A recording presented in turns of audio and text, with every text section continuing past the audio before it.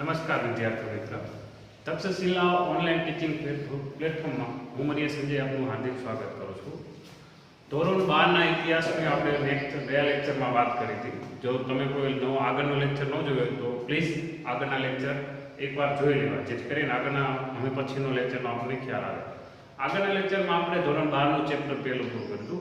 આજે ચેપ્ટર બીજું સ્ટાર્ટ કરીશું, 18મી સદીના ભારતનું ઉત્તરાર્ધ અને સત્તા પ્રાપ્તિ માટેના સંઘર્ષો. હવે પહેલા તો આપણને થવું જોઈએ કે અહીંયા 18મી સદી સદી કઈ રીતના નક્કી થાય. 18મી સદી હોય, 17મી સદી હોય, 15મી સદી હોય. આપણે જનરલી જોતા હોઈએ કે નરસિંહ મહેતા 15મી સદીમાં થઈ ગયા, મીરાબાઈ 17મી સદીમાં થઈ ગયા. તો પણ આ બધા સદીમાં કઈ રીતના થઈ, કઈ રીતના એ સદી કાઉન્ટ થતી છે, કઈ રીતના સદીની ગણતરી થઈ, તો એના માટેની એક શોર્ટકટ. અત્યારે આપણે જાણીએ કે વર્ષ કયું ચાલુ તો કે 2020, પણ આપણે બોલી દઈશું તો કે અત્યારે 21મી સદી ચાલે. તો આ 21મી સદી કઈ રીતે કાઉન્ટ થાય? તો જે વર્ષ ચાલુ થતું હોય એના આગળના બે આંકડાને કાઉન્ટ કરવાના, આગળના બે આંકડાને કાઉન્ટ કરવાના અને એની અંદર એક ઉમેરી દેવાનો +1. એટલે આ કેટલા તો કે હાલમાં 21મી સદી ચાલે. 21મી સદી એવું ને આપણે કોઈ બી વાત કરો તો કે 1537 એટલે કે કઈ સદી? તો આપણે આગળ સમજાવ્યું કે આગળના બે અક્ષર હોય સાલ એ કાઉન્ટ કરો પ્લસ એની અંદર એકનો ઉમેરો કરો એટલે તો કે 16 છે. એટલે કે 1537 છે તો ત્યારે એ 16મી સદી ચાલતી હશે. આ રીતના આપણે સદી કાઉન્ટ કરવું જોઈએ. હવે આપણે જોયું કે 18મી સદીના ભારતનો ઉત્તરાર્ધ અને સત્તા પ્રાપ્તિ માટેના સંઘર્ષ. તો હવે એના વિશે સમજીશું કે 18મી સદીમાં શું. તો 18મી સદીમાં આપણે જાણીએ કે આ સમયગાળો ક્યાંનો સમયગાળો હતો? તો કે બ્રિટિશ કંપનીઓ ત્યારે સત્તામાં પોતાનું વર્ચસ્વ ભારતમાં જમાવતી જતી હતી એ સમયગાળો. અને આપણે આ જે કહેવાય કે વાત કરી અર્વાચીન ભારતની જ વાત કરવાની કે જે આગળના લેક્ચરમાં આપણે જોયું કે અર્વાચીન ભારત એટલે કયો તો કે અંગ્રેજોના સમયગાળો. અંગ્રેજોના જે આપણી બ્રિટિશ કંપનીઓ ભારતમાં આવતી હતી અલગ અલગ વેપાર કરવા માટે, જે બી કંપનીઓ આવતી હતી તો એના વિશેની ચર્ચા કરતા હતા. તો આ ચેપ્ટરમાં પણ આપણે સેમ છે કે એમને ભારતમાં કઈ રીતના સત્તા પ્રાપ્તિ કરી, ભારતમાં કેવા સંઘર્ષો કર્યા, કઈ રીતની એમને સત્તા જમાવવામાં ભારતમાં ફાયદો રહ્યો એના વિશેની ચર્ચા કરીશું. તો આપણે જાણીએ કે જ્યારે ભારતમાં સૌથી મુગલોનું શાસન હતું, મુગલોમાં સૌથી કહેવાય કે બહાદુર અને શક્તિશાળીમાં છેલ્લો રાજા ગણતરી થતી તો ઔરંગઝેબ. ઔરંગઝેબનું મૃત્યુ ક્યારે થયું? તો કે ઔરંગઝેબનું મૃત્યુ 1760માં થયું. ઔરંગઝેબનું મૃત્યુ, પેલા ઔરંગઝેબ કોણ તો એના વિશે આપણને ખ્યાલ હોય તો એનું 2 મિનિટમાં તમને ઔરંગઝેબની થોડી હિસ્ટ્રી કહી દઉં કે ઔરંગઝેબનો જન્મ આપણા ગુજરાતમાં થયો હતો, ગુજરાતના દાહોદ. શાહજહાં અને મુમતાઝનો પુત્ર ઔરંગઝેબ પોતે દાહોદ ખાતે એનો જન્મ થયો હતો. દાહોદમાં જ થોડો મોટો થયો અને પછી એના જે શાહજહાં હતા એ દિલ્હીમાં શાસન કરતા હતા, પરંતુ બાદમાં એમને દિલ્હી લઈ ગયા. પોતે 3 ભાઈઓ હતા ઔરંગઝેબની. ધીરે ધીરે મોટા થયા. એકવાર આમાં થાય એક ઘટના એવી બને કે ઔરંગઝેબ કહેવાય એક વિશાળ મેદાન હોય એમાં એક હાથી પાગલ થઈ ગયો હોય. હાથી પાગલ થઈ ગયો એટલે જેમ તેમ બધી વસ્તુ ઉડાડતું હોય. ઔરંગઝેબે શું કર્યું તો કે આ હાથીના સામે પડી અને હાથીને કાબુ કર્યો અને એને પિંજરામાં બંધ કરી દીધો હતો. આના ઉપરથી શું થયું તો કે શાહજહાં ઔરંગઝેબ ઉપર પ્રસન્ન થઈ ગયો. ઔરંગઝેબ ઉપર પ્રસન્ન થઈ ગયો એટલે એ પોતાનો કહેવાય માનીતો દીકરો થઈ ગયો. હવે ત્રણેય ઔરંગઝેબ ભાઈઓને 3 ભાઈઓ હતા, ધીરે ધીરે મોટા થયા એટલે જાણી કે જ્યારે કોઈ પણ રાજા હોય તો એ સંઘર્ષ થતા, અંદરો અંદર સંઘર્ષ થતા. શાના માટે? તો કે રાજગાદી મેળવવા માટે. નાનો હોય એમ કે હું, મોટો હોય એમ કે હું, વચ્ચે એમ કે હું ગાદી બેસું, એટલે અલગ અલગ રીતે તેમના વચ્ચે સંઘર્ષ થતા. તો એવામાં શું થયું, આ શાહજહાંના જે પુત્રો હતા એમનામાં પણ કહેવાય કે સંઘર્ષ થયા અને છેલ્લે સંઘર્ષ થયા એટલે ઔરંગઝેબને એનો ફાયદો થયો. ઔરંગઝેબે શું કર્યું તો કે પોતાના ભાઈઓની હત્યા કરી નાખી. પોતાના ભાઈઓની હત્યા કરી નાખી અને શાહજહાંને કેદ કરી નાખ્યો. શાહજહાંને કેદ કરી નાખ્યો અને એને કારાવાસમાં ફટકારી દીધો, એટલે એને કારાવાસમાં મોકલી દીધો. પણ આના પહેલા એવું ઘટના બને કે ઔરંગઝેબનો ક્યારે જન્મદિવસ હશે કે આવું કાર્ય કર્યું છે ત્યારે શાહજહાં ગુજરાતમાં સત્તા પર હતો ત્યારે ગુજરાત ઔરંગઝેબને ભેટમાં આપી દીધું. આ શાહજહાંને કેદ કર્યા પહેલાની વાત છે કે ઔરંગઝેબને ગુજરાત ભેટમાં શાહજહાંએ આપ્યું. ધીરે ધીરે કોઈ મોટા થયા, અમેરી શાસન ઉપર આવી ગયો, શાહજહાંને કેદ કરી નાખ્યો. ભારતમાં મુગલોનું વર્ચસ્વ હતું. ઔરંગઝેબ પોતે પણ કટ્ટરવાદી હતો. તેને શું કર્યું તો કે હિન્દુઓના તહેવાર મનાવવાનું બંધ કર્યું. અને પોતે પણ એવું ઈચ્છતો હતો કે આખા ભારતને મુસ્લિમ દેશ બનાવી દે, મુસ્લિમ પ્રદેશ બનાવી દે, એવું પોતે ઈચ્છતો હતો. એટલે શું કર્યું, અને ભારતના જે હિન્દુઓ આપણા હતા એમના તહેવારોને બધાને બંધ કરાવી દીધા. હોળી, દિવાળી, આ જે અલગ અલગ તહેવાર હતા એ બધા ઉપર પ્રતિબંધ મૂકી દીધો અને એ તહેવારને મનાવવાનું બંધ કરી દીધું. અને એમના જે વેપારની હિન્દુઓની દુકાન હતી એને પણ શું કર્યું તો કે એને શટડાઉન, એટલે કે એને પણ તે ચાલુ તહેવારે પણ શટડાઉન નહીં કરવાનું, પણ એની જગ્યાએ જ્યારે કોઈ પણ તહેવાર હોય, દિવાળી હોય, હોળી હોય, ત્યારે પણ હિન્દુએ પોતાની દુકાનો ચાલુ રાખવું જોઈએ એવા એને ફતવા જાહેર કર્યા. પોતે તો કટ્ટરવાદી હતો જ, કેમ કે એને કહેવાય ને કે પોતાના મેં જન્મ હતું જ્યાં સુધી ઢગલો માણસોને મારે ન નાખે ત્યાં સુધી એને ખાવાનું નહોતું જમતું, એવું કહેવામાં આવે છે. ઘણા લોકો કહે છે કે ઘણી વાર તો એ પોતે કે જ્યારે પણ ભારતનું શાસન ઉપર હતો ત્યારે ઘણા લોકોની હત્યા પણ કરી નાખી હતી, પણ ધીરે ધીરે એ કહેવાય કે વૃદ્ધાવસ્થામાં જતો જ એમ શું થયું તો કે મુગલોની પડતી શરૂ થઈ. મુગલોની પડતી પોતે તો જ્યાં સુધી સત્તા ઉપર હતો ત્યાં સુધી સારી રીતે શાસન કર્યું.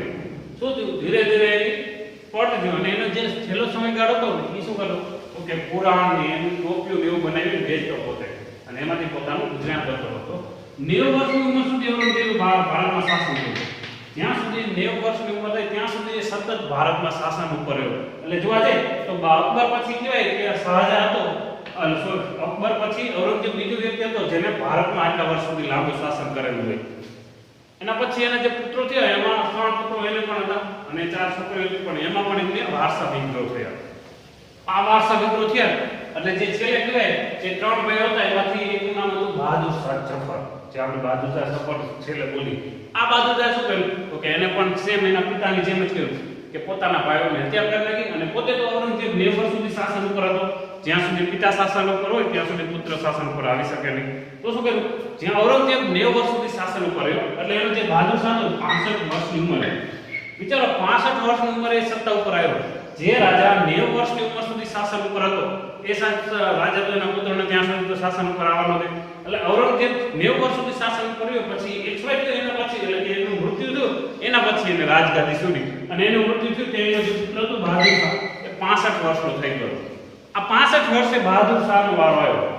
તો એ જ આપણે ખ્યાલ આવે કે જે માણસ 90 વર્ષ સુધી શાસન કરે કે એ રાજા કેવો હશે, એ મુગલ શાસન કેવો હશે, એના પરાક્રમની કેટલી ગાથા હશે, એના ઉપરથી આપણે ખ્યાલ આવે કે આ ઔરંગઝેબ ને બહાદુર શાહ જફર જે 65 વર્ષ, એનો પુત્ર 65 વર્ષ થયો ત્યારે ગાદી ઉપર આવ્યો. તો શું થયું તો કે મુગલોની પડતી ક્યાંથી થઈ તો કે ઔરંગઝેબનું મૃત્યુ થયું. એના પછી શું થયું કે ઔરંગઝેબનું મૃત્યુ થયું એટલે ભારતમાં જે મુગલોનું વર્ચસ્વ હતું ધીરે ધીરે ઘટવા લાગ્યું. અને આનો ફાયદો પણ ઉઠાવે છેલ્લે અંગ્રેજો. હવે શું થયું, ઔરંગઝેબનું મૃત્યુ થયું એટલે જે રાજા રજવાડા હતા મુગલો નાના નાના પ્રદેશમાં વહેંચાયેલા હતા એમને શું કર્યું તો કે અંદરો અંદર લડાઈ કરવા માંડ્યા, એકબીજાની સામે યુદ્ધો કરવા માંડ્યા કે જે એકબીજાની કાન ભંભરની કરીને શું થયું તો કે અંદરો અંદર બધાના ઝઘડા. આ ઝઘડાનો ફાયદો કોણ ઉઠાવે છે, બ્રિટિશરો. બ્રિટિશરોનું મેઇન કામ શું હતું, જે આપણે કહેવાય ઈસ્ટ ઇન્ડિયા કંપની, એ અંદરો અંદર ભારતોને લડાવવાનું મેઇન કામ કરતા. કે અંદરો અંદર ભારત લડે અને આપણને બેઠા બેઠા પ્રદેશ કે રાજ્ય કે જે ગણે એ આપણને મળી જાય. એ પોતાની કહેવાય કે પહેલેથી જ વૃત્તિ લઈને આવ્યા કરેલો કે ભારતીયોને પોતાને ઓળખી ગયા હતા કે આમને અંદરો અંદર કોઈને બનતું નથી. એટલે શું કર્યું, એમને એ મુકાનો ફાયદો ઉઠાવ્યો અને અંદરો અંદર પોતે ઝઘડા કરાવ્યા. એટલે શું થયું કે આખા ઔરંગઝેબનું મૃત્યુ થયું ત્યાં સુધી તો આખા ભારતને મુગલ સત્તાના હસ્તક રાખ્યું, પણ જેવું ઔરંગઝેબનું મૃત્યુ થયું એવા પ્રદેશો વેચાઈ ગયા. અને વેચાઈ ગયા એટલે શું થયું, આ અંદરો અંદર બધાના ઝઘડા થયા. એના કારણે શું થયું કે મરાઠા, મૈસૂર અને હૈદરાબાદ આ 3 નવા રાજ્યો કે પ્રદેશો ઉત્પન્ન થયા. અને જેવા કહેવાય કે આ ભારતના સૌથી મોટામાં મોટા પ્રદેશો ગણાતા. એ સમયમાં આપણે 18મી સદીમાં ભારતના સૌથી મોટામાં મોટા આ પ્રદેશો ગણાતા. અને આ પ્રદેશોના કારણે તે ભારત પ્રખ્યાત હતું કે મરાઠા, મૈસૂર અને હૈદરાબાદ. હૈદરાબાદની એક વાત તમને કહું તો કહેવામાં એવું હતું કે 18મી સદીમાં હૈદરાબાદ ભારતનું સૌથી અમીરમાં અમીર કહેવાય કે પ્રદેશ હોય કે રાજ્ય હોય તો એ હૈદરાબાદ ગણાતું. આના કારણે શું થયું, કારણ કે હૈદરાબાદમાં ઘણા બધા હીરા, જવેરાત આ બધું હતું. અને હૈદરાબાદના જે કહેવાય રાજા હતા નિઝામ તરીકે ઓળખાતા. નિઝામ જેમાં આપણે કોઈ કહેવાય કે રાજા કે પ્રદેશ હોય એમાં મહારાજા હોય કે રાજા હોય એ પોતે પ્રદેશ કે દેશનું શાસન કરાવતા. પણ હૈદરાબાદના રાજાને નિઝામ તરીકે ઓળખવામાં આવતા. આમાં એક રાજા થઈ ગયો ઓસ્માન અલી હૈદરાબાદમાં. આ ઓસ્માન અલી પાસે એટલું બધું ઘરાણું ને રોજા ચાંદી હતા ને કે પૂછો જ નહીં. એના જોડે કહેવાય કે આપણે અત્યારે કહેવાય સ્વિટ્ઝરલેન્ડની સ્વિસ બેંકમાં આપણે પૈસા ભારત બ્લેક ના જમા કરાવતા હોય તો એ પણ શું કરતો હતો કે હૈદરાબાદનો જે રાજા ઓસ્માન અલી હતો એ લંડનમાં પોતે કહેવાય ભારતનું નાણું મૂકતો અને એના પાસે જે એક હીરો હતો એ હીરાની કિંમત જ ખાલી 900 કરોડ હતી 900 કરોડ એ સમયમાં 900 કરોડ એટલે ક્યાં વાત છે આજ તો કઈ એની વેલ્યુ જ ગણાય નહીં ગજબ નથી આનો આંકડો જ આપણે નું કામ કરીએ કે જે સમયમાં 18મી સદીમાં જે હીરો એ 900 કરોડમાં તો એની આ શું વેલ્યુ હોય અને આ હીરાનો શું ઉપયોગ કરતો ખાલી ઇમેજિન કરો આ 900 હીરાનો જે હીરો હતો 900 કરોડનો એ હીરાનો ખાલી પેપર વેટ તરીકે ઉપયોગ કરતો કે કોઈ પણ કાગળ હોય ને એના ઉપર મૂકતો કે જેથી કરીને કાગળ કે ઉડી ઉડે એટલે આ હીરાનો પેપર વેટ તરીકે ઉપયોગ કરતો તો એના ઉપરથી આપણને ખ્યાલ આવે કે હૈદરાબાદ એ સમયમાં કેટલું ધનવાન રાજ્ય હશે કે પ્રદેશ હશે કે ખાલી 900 કરોડના હીરાનો પેપર વેટ તરીકે ઉપયોગ કરતા હતા એટલે શું થયું આવી આંદોલનની લડાઈ ચાલતી હતી એનો લાભ ઉઠાવ્યો બ્રિટિશ કંપની શરૂઆતના ભારતમાં શું કર્યું તો કે એકબીજા પ્રદેશોને ભારતમાં લડાયા અંદરો અંદર રાજાઓને ઝઘડા કરાયા એમને ઓળખી ગયા હતા જે અંગ્રેજો કહેવાય કે સ્પેશિયલ આવ્યા વેપારની વૃત્તિ કે ભારતમાં બસ વેપાર કરો પણ એમને શું કર્યું તો કે ભારતનો આખો વ્યવસ્થા તંત્ર ભારતની આખી નીતિ જોઈ અને પછી એમને શું ફાયદો ઉઠાવ્યો કે આમને ઉઠાવ્યો કે આ ભારતને અમે આપણે ભારત આપણા કબજામાં કરવું તો અંદરો અંદર બધાના ઝઘડા કરાવો બીજું કઈ આના કારણે થઈને શું થશે તો કે એના કારણે થઈને ભારતીયો કમજોર પડશે અને ભારતનું શાસન કોના હસ્તક આવી જશે તો કે અંગ્રેજોના હસ્તક આવી જશે એટલે બ્રિટિશ કંપની શું કર્યું તો કે આનો ફાયદો મેં એનો ઉઠાવ્યો હવે આના કારણે થઈને શું થયું તો કે જેવું ઔરંગઝેબનું મૃત્યુ થયું ને એવા ઈરાનનું નાદર શાહે શું કર્યું તો કે ભારતમાં આક્રમણ કરી અને ભારતને લૂંટી લીધું અડધું અડધ ભારતને એના કબજામાં આવી ગયું અને ભારતને કહેવાય ઘણું બધું આપણે જે કહી કે આ ભારત પાસે કોહિનૂર હીરો હતો આ કોહિનૂર હીરો પણ કોણ લઈ ગયું તો કે નાદિર શાહ જે ઈરાની આક્રમણકારી હતો એ પોતાની સાથે પોતાની દેશમાં ઈરાનમાં લઈ ગયો હતો અને એના કારણે થઈને કહેવાય કે આપણો જે દેશનું રત્ન કોહિનૂર ગણાતું હા એ ભારતથી છીનવાઈ ગયું હતું પણ પાછળથી ઇતિહાસમાં એવું મને કે કોહિનૂર આપણે ભારત જ્યારે શીખોના રાજા રણજીતસિંહ બન્યા ત્યારે એ પોતે પણ આ કોહિનૂર હીરો ઈરાનથી નાદિર શાહના જે વંશજો હતા એના જોડેથી એ પાછો લઈ આવ્યો હતો અને ભારતના અમાનત તરીકે રાખ્યો હતો અને હાલમાં એવું કહેવામાં આવે કે આ કોહિનૂર હીરો જે ઇંગ્લેન્ડની રાણી છે આ એના જ હસ્તક જ હોય શું થયું એના પછી તો કે ઔરંગઝેબને આપણે જોયું કે વારસા વિગ્રહ થયો ઔરંગઝેબના પુત્રો વચ્ચે પણ ઝઘડા થયા અંદર અને એના કારણે તેને બહાદુર શાહ ગાદી ઉપર આવ્યો હવે આ બહાદુર શાહે શું કર્યું તો કે આપણે જોયું કે એ સમયગાળામાં પંજાબ જે પ્રદેશ હતો અહીંમાં શીખોનું વર્ચસ્વ હતું પંજાબ હરિયાણા દિલ્હી અમુક દિલ્હીનો પ્રદેશ આ બધામાં કોનું હતું તો કે શીખોનું પ્રદેશ હતું અને શીખોમાં એમના ગુરુ હતા કેવા તો કે ગુરુ ગોવિંદ શીખોના 10મા ગુરુ હતા જે ગુરુ ગોવિંદસિંહ હતા જેવા કહેવાય જેમને ખાલસા પંથની શરૂઆત કરી હતી આ ગુરુ ગોવિંદસિંહે શું કર્યું તો કે એને અને જે આર્ય બહાદુર શાહ આ બંનેએ સુમેરભર્યા સંબંધો બાંધ્યા એટલે કે શું કર્યું કે બંને મિત્રતા કરી અંદર અત્યાર સુધી શું થતું જ્યારે ઔરંગઝેબ સત્તા ઉપર આવ્યો ને ત્યારે એને એક કહેવાય કે શીખોના એક ગુરુ હતા તેગ બહાદુર શું કર્યું તો કે એને શીખોની મદદ કરવા માટે ઔરંગઝેબે આને મોતને ઘાટ ઉતારી દીધો હતો પણ પાછળથી શું કર્યું તો કે બહાદુર શાહ જ્યારે ગાદી ઉપર આવ્યો તો એને શું કર્યું એના પિતાનું જે શીખોની હત્યા કરવાની આ જે વૃત્તિ હતી ને એને ચેન્જ કરી અને એને એવું થયું કે અમથી ભારતમાં મુગલ શાસન તો આખું પડતું જાય એની પડતી આવતી જાય તો એને શું કર્યું તો એકબીજા રાજા જોડે સંબંધો બનાવવાના ચાલુ કર્યા અને આના કારણે થઈને શું કર્યું તો કે બહાદુર શાહે જે ગુરુ ગોવિંદસિંહ જે 10મા ગુરુ હતા શીખોના એમના જોડે શું કર્યું તો કે સુમેરભર્યા સંબંધ બન્યો એના કારણે થઈને શું થયું તો કે થોડો સમય માટે શાંતિ રહી હવે જેવું એવું થયું કે જે ગુરુ ગોવિંદસિંહ હતી ગુરુ ગોવિંદસિંહનું મૃત્યુ થયું એટલે તરત એના પછી કહેવાય શીખોનું નેતૃત્વ બંગા બહાદુરે લીધું જે શીખોનું નેતૃત્વ તો બંગા બહાદુરે જેવું શીખોનું નેતૃત્વ લીધું એટલે તરત સત્તામાં પરિવર્તન આવ્યું આના કારણે થઈને શું થયું તો કે જેવું બંગા બહાદુર સત્તા ઉપર આવ્યો એટલે એને શું કર્યું તો કે બહાદુર શાહ અને ગુરુ ગોવિંદસિંહ જોડે જે સુમેરભર્યા સંબંધો હતા જે મિત્રતા હતી એમને શું કર્યું ભંગ કરી અને શું કર્યું બંગા બહાદુરે બહાદુર શાહ જોડે યુદ્ધ કર્યું અને મુગલો વિરુદ્ધ જ કાર્ય કરવા માંડ્યું જેથી કરીને શું થયું પાછા મુગલો અને શીખો વચ્ચે શું પડી તો કે તિરાડ પડી એટલે આખું ભારત પાછું અમે અલગ અલગ વિસ્તારોમાં વહેંચાઈ ગયું નાના ટુકડામાં વહેંચાઈ ગયું હવે થયું શું અંગ્રેજો તો રાહ જોઈને જ બેઠા હતા કે આપણે ભારતને ક્યારે લૂંટી ક્યારે ભારત ઉપર શાસન કરી આવ્યા હતા વેપારની વૃત્તિથી પણ એમની વૃત્તિ શું થઈ તો કે ભારતના લોકોને અંદરો અંદર લડાડવા, ઝઘડાવા અને ભારતનું શાસન પોતાને હસ્તક લેવું. અંગ્રેજોની આવૃત્તિ હતી એટલે એમને અલગ અલગ કાવતરા ચાલુ કરી દીધા. અલગ અલગ જગ્યાએ પોતાના જે રાજા હતા, મૈસૂર, મરાઠા, ટોટલી અલગ અલગ રાજ્યોમાં એમને શું કર્યું તો કે પોતાની કાન ભંભેરની ચાલુ કરી દીધી. અને આ કાન ભંભેરના કારણે શું થયું તો કે ભારતના રાજાઓ અંદરો અંદર ઝઘડવા માંડ્યા. હવે માની લો આપણે એક એક્ઝામ્પલ દઈએ કે આપણે ગુજરાતમાં એ સમયગાળા દરમિયાન ઔરંગઝેબનું શાસન હતું, પણ ઔરંગઝેબના મૃત્યુ પછી શું થયું તો કે એનો પુત્ર બહાદુર શાહ જફર ગુજરાત ઉપર આવ્યો. એના પહેલાં જે ઔરંગઝેબનું જ્યારે ભારતમાં શાસન હતું ત્યારે આપણે શિવાજી કહેવાય છે કે જ્યારે ઔરંગઝેબ ભારતમાં શાસન કરતો હતો ત્યારે શિવાજીએ 2 વાર સુરતને લૂંટ્યું હતું. એક 1664 અને 1670. હવે સુરત પણ કહેવાય કે ધનવાન આપણું પ્રદેશ ગણાતો એ સમયમાં, જે 18મી સદીમાં જ્યારે ઔરંગઝેબનું ભારતમાં શાસન હતું ત્યારે. જ્યારે શિવાજી 1664માં સુરત લૂંટીને ગયા ને ત્યારે 1 કરોડની સંપત્તિ લઈને ગયા હતા. એવું કહેવામાં આવે કે જ્યારે શિવાજીએ સુરત લૂંટ્યું ત્યારે 1 કરોડની લૂંટ કરી હતી. હવે વિચારો, ત્યારે સુરત 1 કરોડ નહોતું 18મી સદીમાં એને લૂંટ્યું છે ત્યારે કેટલા હીરા ડાયમંડ છે. અત્યારે આપણે કહેવાય કે ડાયમંડ નગરી તરીકે પણ સુરતને ઓળખી, હીરા ઉદ્યોગ આપણે પ્રખ્યાત છે સુરતનો. એટલે 1664માં જ્યારે સુરતને શિવાજીએ લૂંટ્યું ત્યારે 1 કરોડની લૂંટ કરી હતી એવું કહેવામાં આવે. અને પછી પાછળથી પણ એમને કહેવાય કે જરૂર પડી એટલે પાછળથી શું કર્યું એમને 1670માં પાછું ફરીથી સુરતને લૂંટ કરી હતી.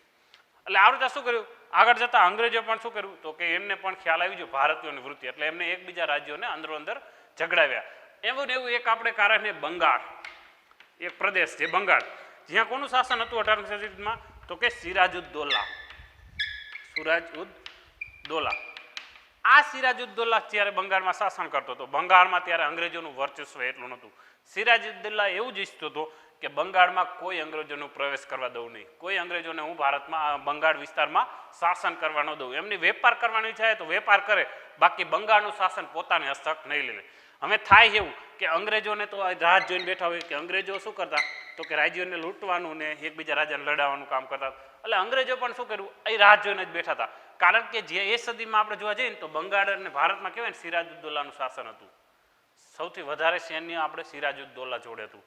હવે શું થયું, અંગ્રેજોએ શું કર્યું એ સમયગાળા દરમિયાન તો કે 1757નો જ્યારે સમય હતો એના પહેલાંનો વાત કરીએ આપણે તો એને શું કર્યું તો કે અંગ્રેજોએ આ સિરાજુદ્દૌલાને ભડકાવા વિલિયમ ફોર્ટ કલકત્તા ખાતે શું કર્યું એક કિલ્લો બનાવવાનું ચાલુ કર્યું. આ કિલ્લો બનાવવાનું ચાલુ કર્યું એટલે શું કર્યું સિરાજુદ્દૌલાને ખબર પડી કે અંગ્રેજો પોતાનો કિલ્લો બનાવે, એટલે સિરાજુદ્દૌલાએ શું કર્યું એના ઉપર ચડાઈ કરી. અને એ કિલ્લામાં એવું કહેવામાં આવે છે કે 146 જે અંગ્રેજ અધિકારીઓ હતા અને એમની પત્ની બાળકો હતા એમને કેદ કરી નાખ્યા. એક નાનો અમથો કેલો જેને આપણે કાલ કોઠરીની ઘટના કહી.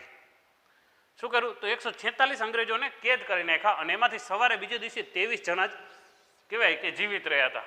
વિચારો, કાલ કોઠરીની ઘટના 22 જૂન 1756ના રોજ કાલ કોઠરીની ઘટના બની હતી.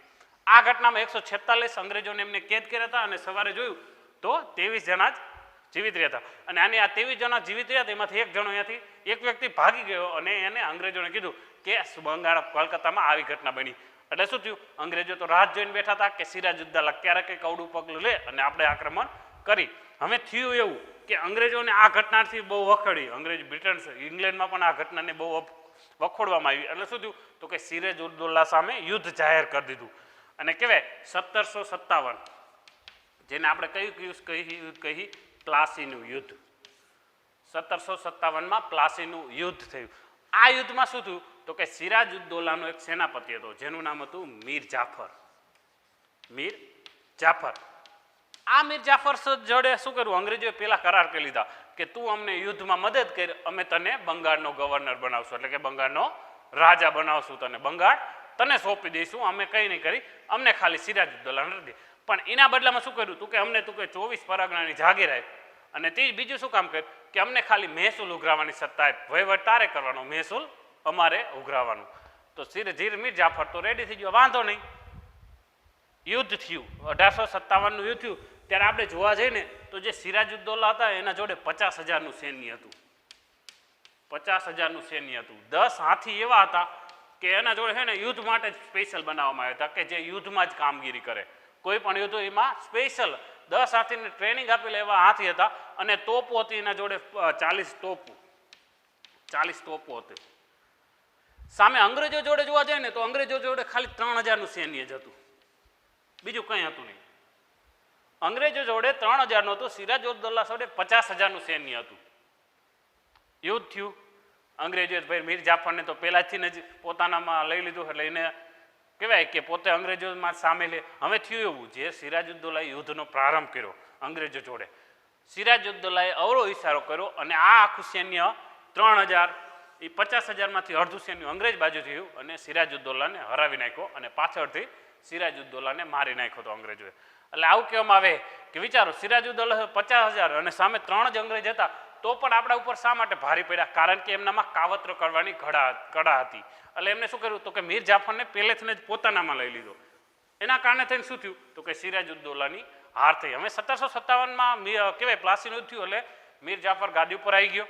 મીર જાફર ગાદી ઉપર આવી ગયો ને એટલે શું થયું તો કે અંગ્રેજોને 24 પરગણાની જાગીર મળી જઈ, ઓડિશા, બંગાળ આ બધાની મહેસૂલ ઉઘરાવવાની સત્તા મળી. હવે મીર જાફર કંટાળી ગયો, કારણ કે કેટલું વસ્તુ અંગ્રેજોને આપવું, હવે આપીને કંટાળ્યું એટલે થાય. એટલે એને શું કર્યું તો કે હવે હું તને કંઈ અંગ્રેજોને હું હવે કઈ વસ્તુ નહીં આપું, હું મારી રીતે શાસન કરીશ. એટલે અંગ્રેજોએ શું કર્યું, પાછું એમને પોતાની વૃત્તિ ચાલુ કરી દીધી અને મીર જાફરનો જે જમાઈ હતો જેનું નામ હતું મીર કાસિમ, મીર કાસિમને શું કર્યું, મીર જાફરને ગાદી ઉપરથી ઉઠલાવી અને મીર કાસિમને ગાદી ઉપર બેસાડ્યો.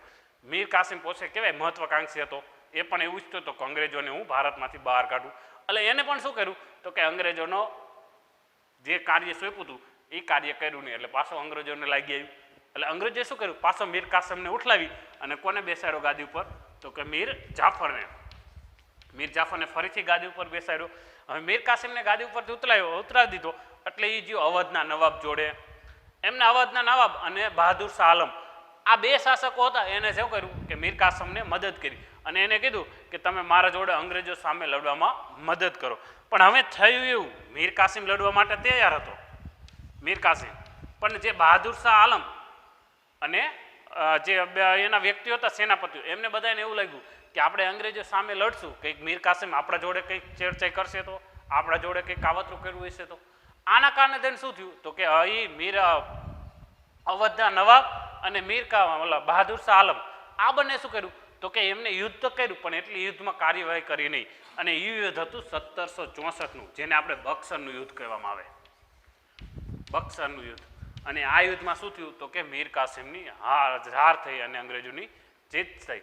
એટલે આ રીતે અંગ્રેજો શું કર્યું, આ યુદ્ધ પછી અંગ્રેજો ધીરે ધીરે ભારત ઉપર વર્ચસ્વ સમાવતા ગયા અને શું કર્યું તો કે ભારતના પોતાના હસ્તક લઈ લીધું અને બંગાળને પોતાના શાસકને અધીન લઈ લીધું. એટલે અંગ્રેજોની જે વૃત્તિ હતી ને એ આપણે કહેવાય ને કે આમ આરામથી એમને અંગ્રેજ ભેટમાં આપ્યું. કેમ કે અંગ્રેજોએ કંઈ કર્યું નથી, ન તો યુદ્ધમાં કોઈ ભાગ લીધો, ન તો એટલું બધું કંઈ મહેનત કરી, બેઠા બેઠા વસ્તુ મેળવી. એટલે ગાંધીજીએ એક વાક્ય કીધું હતું કે ઇંગ્લેન્ડ ભારતે જીત્યું નથી, પરંતુ ભારતીયોએ સોનાની થાળીમાં ભારત ઇંગ્લેન્ડને ભેટમાં આપ્યું છે. આનો મતલબ શું થયો તો કે આજ સુધી અંગ્રેજોએ કંઈ કર્યું નહોતું ભારતને જીતવા માટે, કે એમને ભારતને પોતાનું હસ્તક લાવવા માટે કંઈ કાર્યવાહી કરીને શું કર્યું એમને કે અંદરો અંદર ઝઘડા કર્યા. આના કારણે થઈને શું થયું તો કે એ વાંક કોનો તો કે આપણા ભારતીયોનો જ વાંક. જો ભારતીયમાં ત્યારે સંપ અને સુમેળ હોત ને તો અંગ્રેજો ક્યારે ભારતના આધીન થાત જ નહીં. અને કહેવાય કે ભારત રહ્યું અંગ્રેજોને આધીન થઈ ગયું હતું. જો સંપ અને સુલભ હોત તો ક્યારે ભારતીયો અંદરો અંદર લડત નહીં, અને આનો ક્યારેય ફાયદો અંગ્રેજો ઉઠાવી ન જત. વિચારો કે જે સૈન્ય 50,000નું સૈન્ય 3,000નું સૈન્ય સામે યુદ્ધ કરવા માટે તૈયાર હોય અને 3,000નું સૈન્ય જીતી જાય તો એ કેટલી ગંભીર વાત કહેવાય. તો વાંક તો આપણા ભારતીયોનો જ હતો, કારણ કે તો જ ઇંગ્લેન્ડનો ભારત ઉપર કાબુ મેળવી શકે ને, નહીંતર તો એ શક્યતા જ નથી કે આપણે ભારતને જીતી શકે. 18મી સદીની સત્તા પ્રાપ્તિની શરૂઆતના આગળના લેક્ચર હવે આપણે નેક્સ્ટ લેક્ચરમાં જોશું. નમસ્કાર.